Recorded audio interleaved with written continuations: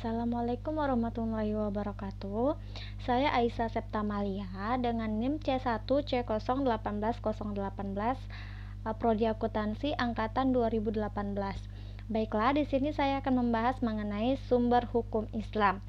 Sumber hukum dalam Islam itu merupakan dasar atau referensi untuk menilai apakah perbuatan manusia sesuai dengan syariat yang telah digariskan oleh Allah Subhanahu wa taala atau tidak. Kemudian, sumber hukum Islam yang telah disepakati oleh kebanyakan ulama ada 4, yaitu yang pertama ada Al-Quran, yang kedua ada As-Sunnah, dan yang ketiga ada Ijma, dan yang terakhir ada Qiyas. Kita memasuki yaitu Al-Quran. Di dalam bahasa, Al-Quran itu adalah kalam Allah, di mana Al-Quran ini adalah sebuah mukjizat yang diturunkan kepada Nabi Muhammad SAW melalui utusan Allah, yaitu malaikat Jibril, untuk digunakan sebagai pedoman hidup bagi manusia dalam menggapai kebahagiaan dunia maupun di akhirat. Nah, Al-Quran ini diturunkan secara berangsur-angsur.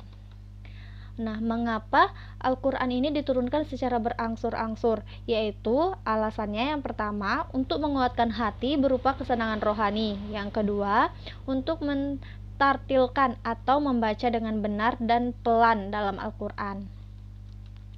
Kemudian adapun mukjizat dari Al-Quran. Yang pertama itu ada keindahan seni bahasa Al-Quran. Yang kedua ada kebenaran pemberitaan Al-Quran tentang keadaan yang terjadi pada abad-abad yang telah silam. Kemudian yang ketiga ada pemberitaan Al-Quran tentang hal-hal yang akan terjadi pada masa yang akan datang.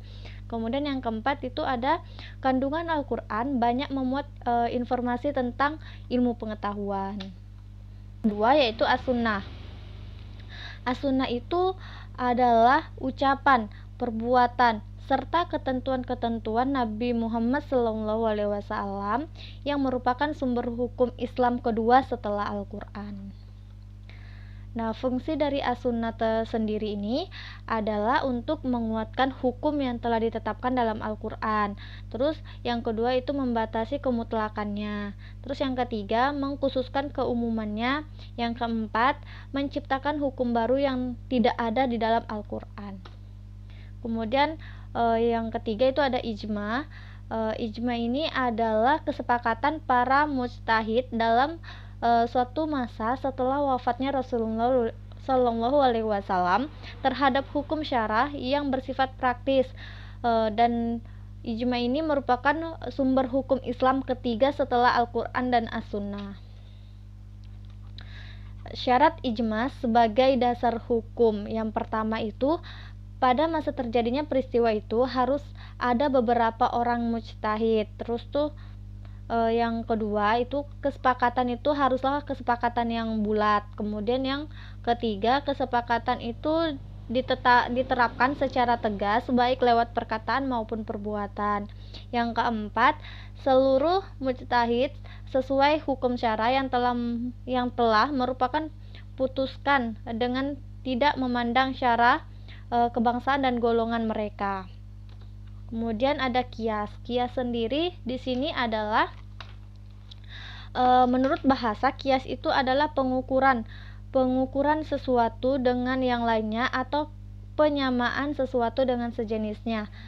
Secara terminologi, kias itu adalah suatu proses penyingkapan kesamaan hukum suatu kasus yang tidak disebutkan dalam suatu nas baik di dalam Al-Quran maupun di As-Sunnah dengan suatu hukum yang disebutkan dalam nas karena ada kesamaan dalam alasan. Nah, syarat kias sebagai dasar hukum yaitu yang pertama sepanjang mengacu dan tidak bertentangan dengan Al-Quran dan As-Sunnah. Yang kedua itu kias juga sesuai dengan logika yang sehat. Jadi itu syarat kias sebagai dasar hukum. Baik, itulah materi yang dapat saya sampaikan. Semoga bermanfaat untuk kita semua. Saya akhiri. Wabillahi taufiq wal hidayah. Wassalamualaikum warahmatullahi wabarakatuh. Selamat menonton.